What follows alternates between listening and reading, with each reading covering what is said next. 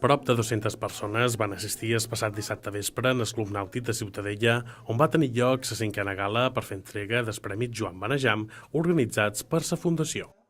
De qualque manera, nosaltres la veritat és que estem molt contents perquè el Premi Joan Benejam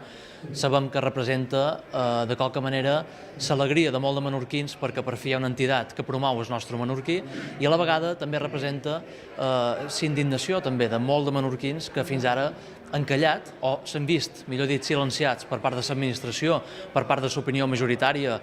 mediàtica, etc. Però que a dia d'avui ja nosaltres des de la Fundació creiem que la majoria de menorquins i de balears estem farts de que ens imposin les coses, de que ens imposin com han de ratllar i que inclús ens vulguin imposar com han de pensar ja a dia d'avui. El concurs literari en aquesta ocasió va comptar amb 20 relats en menorquí, dels quals va resultar guanyador S'amor no és açò, de l'escriptora ciutadellenca Cili Pons, qui relata la història d'una dona que és víctima d'un maltractament des del punt de vista de la pròpia filla.